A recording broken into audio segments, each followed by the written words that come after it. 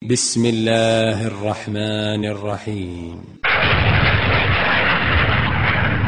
سابقوا إلى مغفرة من ربكم وجنة عرضها كعرض السماء والأرض أعدت للذين آمنوا بالله ورسله ذلك فضل الله يؤتيه من يشاء.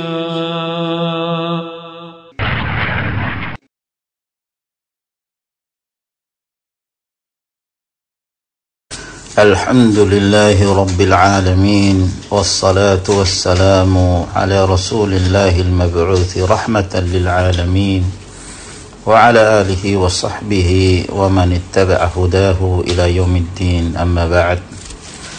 Berkata penulis kitab Al-Muyassar fi Ilmi Nahwi Al-Fi'lu. Sekarang kita memasuki pembahasan tentang fi'il. Dan fi'il adalah merupakan jenis yang kedua dari tiga jenis al-kalimah. Setelah sebelumnya kita menerangkan tentang al-ism. Al-fi'lu huwa, fi'il itu adalah kalimatun, sebuah kata, dallat ala ma'nan, yang menunjukkan sebuah makna, waqturinat bizamanin, dan ia bergandengan, ia berkaitan dengan zaman, yaitu waktu. Maka dari definisi fi'il kita mengetahui bahwa yang perlu diperhatikan dari fi'il, yang pertama bahwa dia adalah sebuah kata yang memiliki makna, yaitu makna di dalam bahasa Arab. Yang kedua, bahwa fi'il itu adalah merupakan kata atau perbuatan yang berkaitan dengan waktu, dengan zaman. Apakah waktu yang telah lampau, atau yang sedang terjadi, atau yang akan terjadi. Maka dari definisi fi'il kita mengetahui perbedaan antara isim dengan fi'il.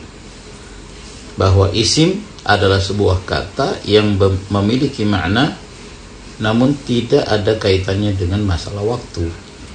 Adapun fi'il adalah sebuah kata yang memiliki makna yang berkaitan dengan permasalahan waktu, baik yang telah lampau, atau yang sedang terjadi, atau yang akan datang, yang nanti kita akan terangkan. Bahwa dari sini kita mengetahui bahwa fi'il itu ada tiga macam.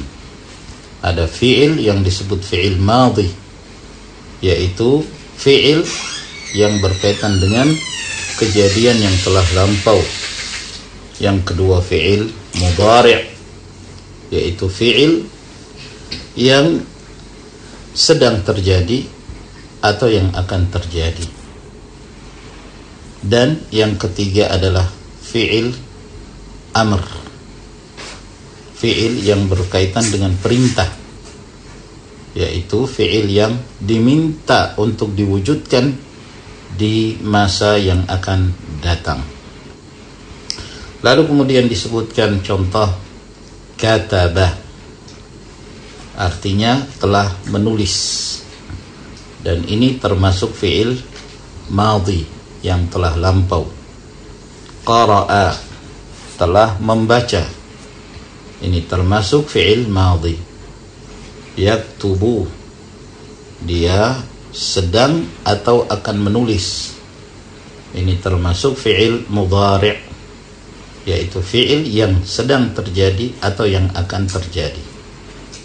Yaqra'u, ini juga termasuk fi'il mudhari', yang artinya dia sedang membaca atau akan membaca. Uktub, tulislah, ini termasuk fi'il amr, yaitu meminta kepada seseorang untuk menulis, dan itu kaitannya dengan waktu yang akan datang. Iqra, bacalah. Ini juga termasuk fi'il amr, perintah kepada seorang untuk membaca.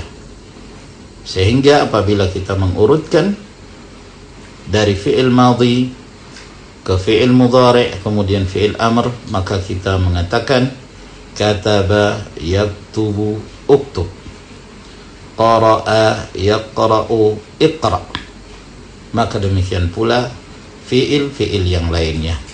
Setiap dari fi'il, ada fi'il yang menunjukkan lampau, ada fi'il yang disebut fi'il mudhari' yang menunjukkan sedang atau akan dilakukan, dan ada pula yang disebut fi'il amr. Misalnya dari kata yang lain, jalasa itu fi'il madhi, fi'il mudhari'nya yajlisu, dan perintahnya atau fi'il amr ijlis. Syariba yashrabu ishrab, syariba dia telah minum, yashrabu dia sedang atau akan minum, ishrab minumlah, dan demikian seterusnya. Semakin banyak kita membaca kosakata di dalam bahasa Arab, semakin banyak pula perbendaharaan kita dari kata-kata yang berkaitan dengan fi'il. Nah, apa tanda-tanda fi'il? Alamatul fi'li hiya, tanda-tanda fi'il itu adalah, di sini disebutkan ada 4 tanda, yang apabila salah satu dari 4 tanda tersebut terdapat dalam sebuah kata, maka ketahuilah bahwa itu pasti fi'il. Tanda pertama, qad, bahwa kata itu bisa dimasuki kata qad. Qad di antara maknanya adalah sungguh-sungguh, yang menunjukkan sesuatu itu telah terjadi atau akan terjadi. Contohnya, qad qamatis salatu, sungguh telah tegak salat. Maka qad, lalu setelah itu disebutkan kata qama, maka ketahuilah qama itu pasti fi'il. Tandanya apa? Karena didahului dengan kata qad. Sebab tidak mungkin qad masuk kepada isim, dan tidak mungkin pula dia masuk kepada huruf. Dia pasti masuk kepada fi'il. Tanda kedua, as-sin, yaitu huruf sin yang masuk ke dalam sebuah kata. Sin ini apabila masuk ke dalam sebuah kata, dia bermakna akan. Dia bermakna akan. Contohnya, sayadhhabu, dia akan pergi. Maka kita mengetahui bahwa kata yadhhabu adalah fi'il, sebab dia bisa didahului dan dimasuki oleh huruf sin yang bermakna akan. Demikian pula contoh yang lain, sayarji'u, dia akan kembali. Maka kata yarji'u adalah fi'il. Kenapa? Karena dia bisa dimasuki oleh huruf sin, dan demikian seterusnya. Kita akan mendapati banyak di dalam Al-Quranul Karim kata-kata yang dimasuki sin. Misalnya, sayaqulus sufaha'u, sayaqulu, kata yaqulu dimasuki oleh huruf sin. Maka dari situ kita mengetahui bahwa yaqulu adalah fi'il. Yang ketiga adalah saufa.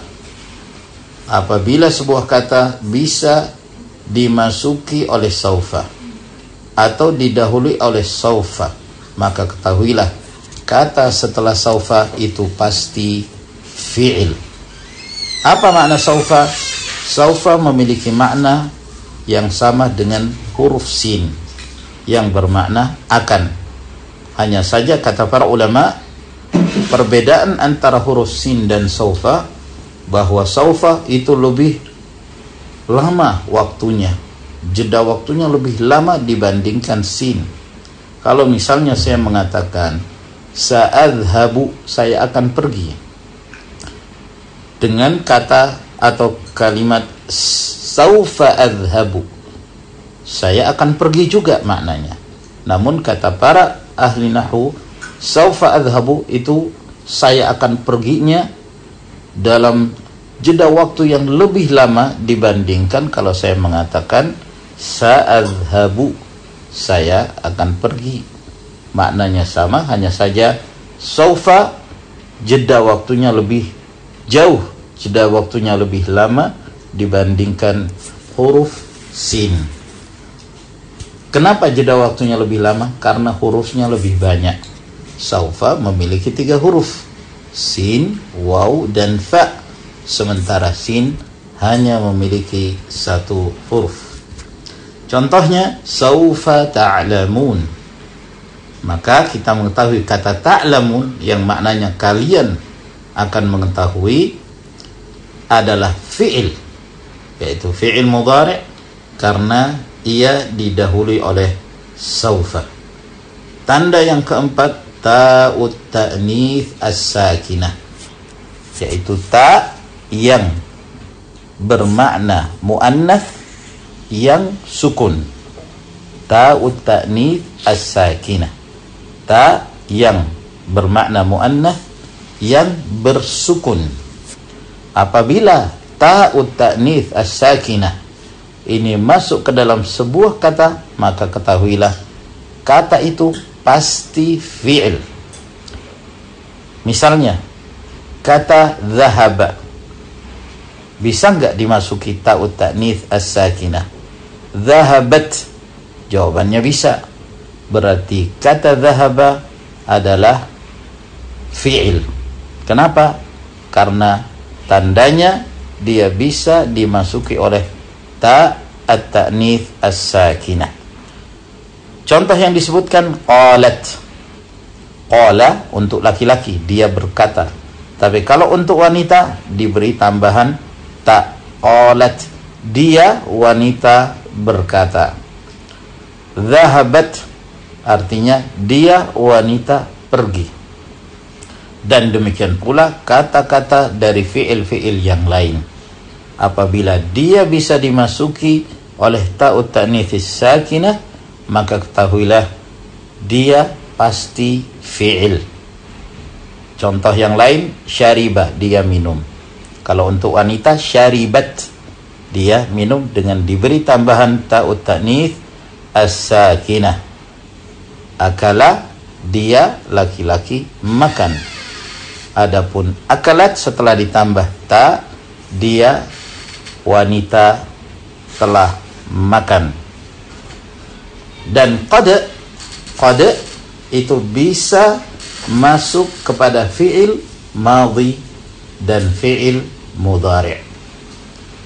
Adapun sin dan saufa, dia hanya bisa masuk ke fi'il mudhari'. Apabila ada huruf sin masuk ke sebuah fi'il, ketahuilah fi'il itu pasti fi'il mudhari'. Demikian pula kata saufa, apabila dia masuk ke dalam sebuah kata fi'il, maka ketahuilah fi'il itu pasti fi'il mudhari'. Adapun ta'ut ta'nits as-sakinah ini merupakan tanda khusus untuk fi'il madhi. Untuk fi'il madhi, fi'il yang menunjukkan lampau. Apabila ada ta'ut ta'nits as-sakinah masuk ke dalam sebuah kata fi'il, maka ketahuilah itu pasti fi'il madhi. Sampai di sini, wa sallallahu ala nabiyyina Muhammadin wa ala alihi wa sahbihi wa sallama tasliman katsira, wa akhiru da'wana anil hamdulillahi rabbil alamin.